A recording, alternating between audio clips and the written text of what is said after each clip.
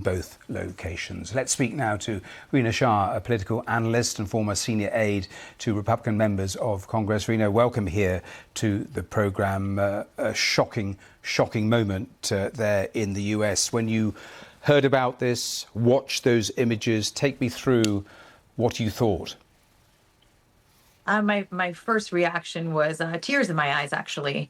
And I realized that a lot of people who aren't in politics think that those of us who work in politics don't have a heart. But look, when you're seeing that kind of imagery, the most immediate former president of the United States be shot at, and the shrill shrieking from the crowd, the popping sounds that continued even after Donald Trump hit the ground and was protected by Secret Service agents on top.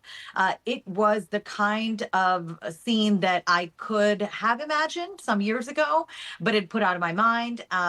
Look, I've been part of a group of operatives for the past 8 years that has been warning about the rhetoric leading to actual physical violence. And unfortunately, that was not a fantasy, but it was reality yesterday. And I think I still remain very shook. I'm upset. I don't know how the country moves forward. And I think that uncertainty is breeding a great deal of anxiety in people on both sides of the aisle.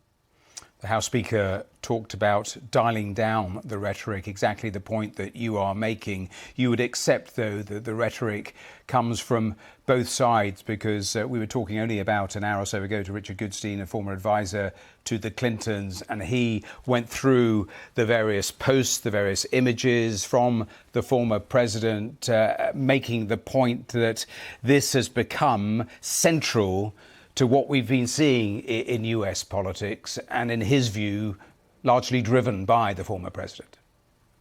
We're not even a full 24 hours after everything that happened in Butler, Pennsylvania at that rally.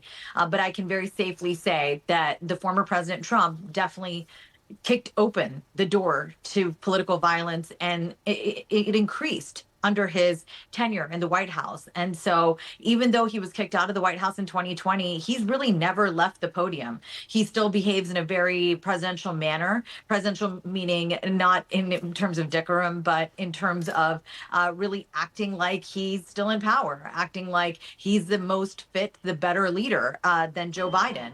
And look, and that's what's on the ballot this November as of right now. These conventions hold incredible possibilities, though. The Republicans will meet next week in Milwaukee, and in Chicago next month, the Democrats will convene. Regardless of which way you look at the situation, it is a tough moment for all Americans. What do? Do you stay home, or do you show up to vote against somebody or for somebody? The moment feels very fractured, and I'm not really sure how to talk past this to my fellow Americans, because we've never been here before as a nation. Operatives like me have never had to function under these circumstances. And let me just add this bit here. As somebody who's worked squarely in politics for nearly 2 decades now, I couldn't have scripted it better. In the aftermath of Trump being shot at on the rally stage, he emerged with his fist pumped in the air, looking angry, looking victorious, looking like they didn't take me down, they tried. That's the exact kind of thing that the Democrats should fear, is Trump projecting strength all the way towards November. That is really tough for the Democrats to counter. Yes, we were hearing from one of our correspondents talking about the high likelihood that all of this ends up getting politicized in the months ahead. It was interesting, though, what you were saying there, because as we look ahead to November, certainly from your answer, you still are struggling to work out the ramifications, the implications of what this means for the next few months. Look, Biden and Trump are both within 3 years of each other. They're both very old men. And I don't mean to sound ageist here, but the average retirement age from coast to coast is anywhere between age 61 and 67. We're talking about octogenarians here who really should have passed the baton, both of them. There have been severe calls for Biden to drop out since his debate performance against Trump.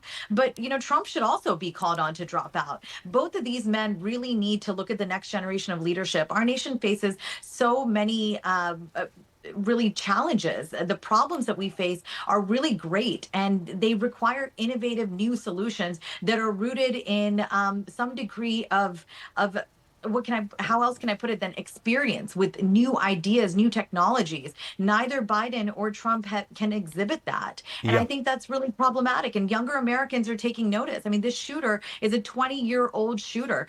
There's no doubt he was radicalized. It doesn't matter whether he was a registered Republican or prior to registering as a Republican, he gave a small dollar donation to Joe Biden.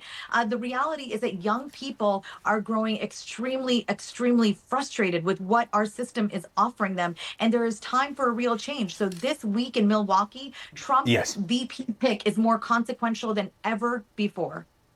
Rina Shah, we have to leave it there, but thanks for joining us here on the programme. Thanks for joining us on